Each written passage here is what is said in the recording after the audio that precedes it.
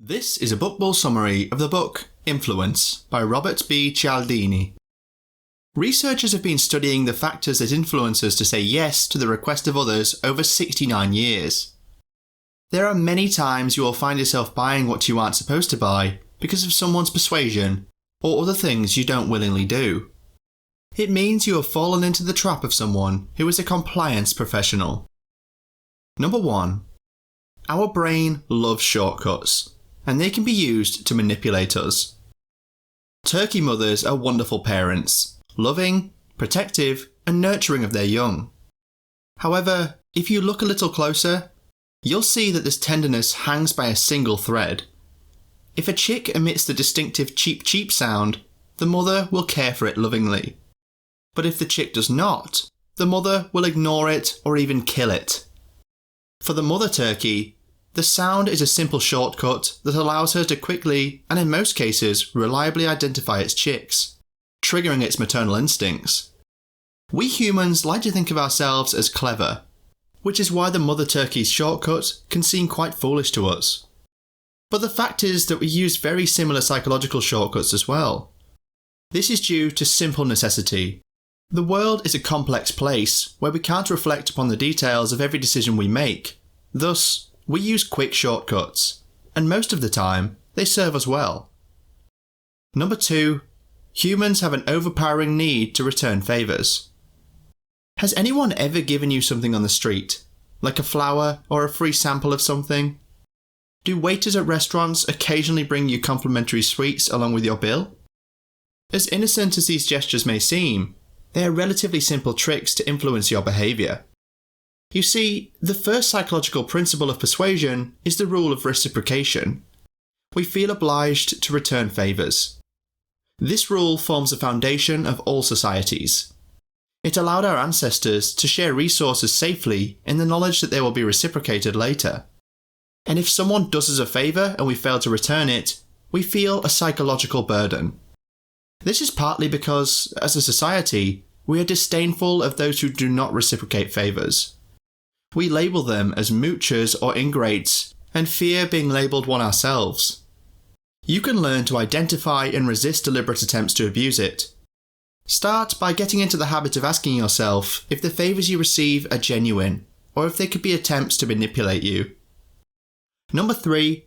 In negotiations, starting with an outrageous request and retreating from there can win concessions. Just as we desire to pay back favours, when we're negotiating with someone and they make a concession, we'll feel obliged to reciprocate it. This is known as the rejection then retreat strategy. The author experienced this firsthand when a Boy Scout approached him on the street, wishing to sell him tickets to the annual Boy Scout circus. The author declined to buy the $5 ticket, after which the boy asked if, seeing as how he wasn't buying tickets, he would at least buy some chocolate bars for $1 apiece. As a result, the author found himself buying 2 to match the concession the boy made when he retreated to peddling the cheaper wares. Number 4. When opportunities become scarce, we desire them more.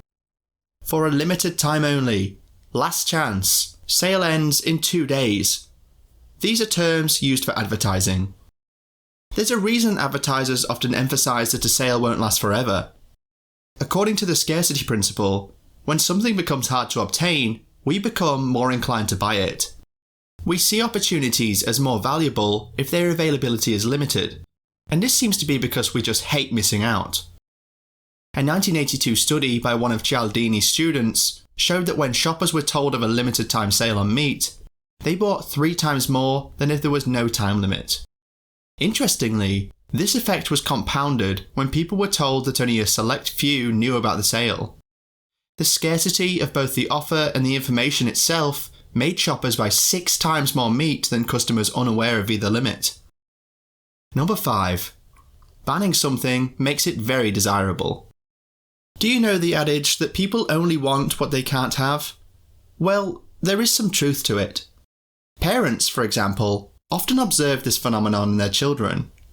A toy will immediately become far more attractive if a child is expressively forbidden from playing with it. This effect is prevalent with adults too, and it is why censorship is such a double-edged sword. When information is banned, it is perceived as more valuable than if it were freely available.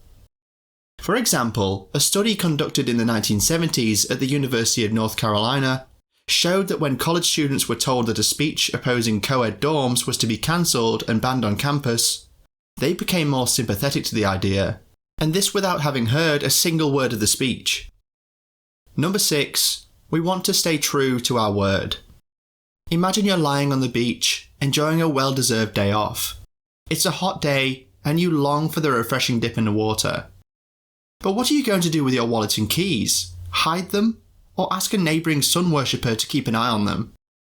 A study by psychologist Thomas Moriarty shows that asking someone is probably a better idea than you think. His results showed that in general, when people on a beach witnessed a staged theft of a radio from a neighbouring towel, only 20% reacted.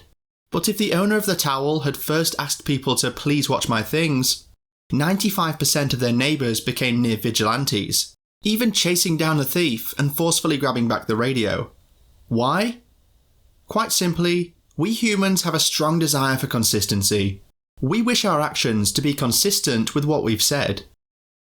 As the study showed, this drive is so strong that it even seems to trump concerns for our safety. Number 7. The harder we have to work to get something, the more we value it. From tribes in Africa to college fraternities in the United States, when a new member is being inducted into the group, initiation rituals commonly involve pain and degradation, sometimes even death. And efforts to curb the brutal practices always meet with dogged resistance. But why is that? Quite simply, the groups engaging in these rituals know that if people go through a lot of trouble to attain something, they tend to value it more. The effort needed to achieve membership makes the members more committed to the group. Interestingly, groups like college fraternities have also resisted efforts to transform their initiations into some form of community service, like changing bedpans at hospitals. Number 8. When uncertain, we look for social proof. Have you ever wondered why sitcoms often have laugh tracks? Research indicates laugh tracks will make us laugh longer and more often, especially at bad jokes. This is due to the principle of social proof, which states that we often decide what the correct course of action is by looking at others' behaviour. In the case of the laugh track, even artificial laughter helps convince us that others consider the jokes funny, meaning we probably should too. Advertise products with lines like best selling or fastest growing. It makes customers feel like others are buying the products too. Number 9. People who are similar to us can greatly influence our choices. As we've just seen, people tend to look to others for guidance as to how to behave, and this tendency is strongest when the person observed is similar to us, an effect that can be seen in how susceptible teenagers are to the opinions and fashion choices of their peers. Our tendency to emulate others also produces a rather grim statistic. When suicide is highly publicised in the media, the number of people who die in an airplane and car crashes increases dramatically in the following week.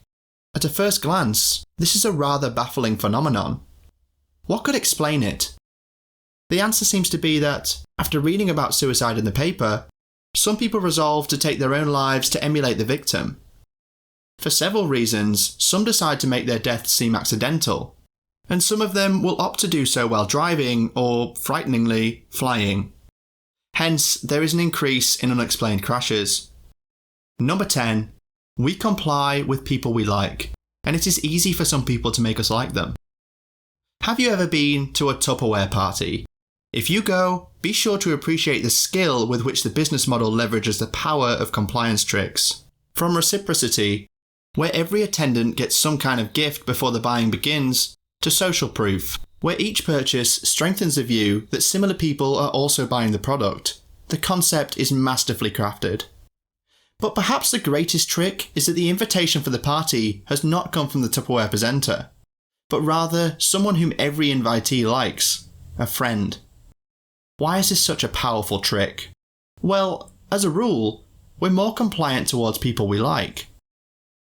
Number 11. We obey authorities without question, and mere symbols of authority can already win our compliance. From birth, we're taught to always obey figures of authority, be they teachers, doctors, or police officers. Unfortunately, this tendency to comply with authority is so ingrained and powerful that we don't bother to think or challenge perceived authority figures before obeying them. Renowned psychologist Stanley Milgram conducted a study in the 1960s showing that volunteers would administer potentially lethal electric shocks to others simply because they were told to do so by an authority figure. Although no one was harmed, the experimenters were surprised by the results. Well, being aware of the power of authority is already a first line of defense, and to quickly and easily recognize if an authority figure should be obeyed, we should ask ourselves two questions. First, is this person an authority or merely masquerading as one? Are their credentials valid for this situation? The second question you should ask when confronted with an apparent authority figure is, how honest can we expect this authority to be in this situation? What's your most important key takeaway? Please comment down below and share the video if you like it. Thank you, and until next time.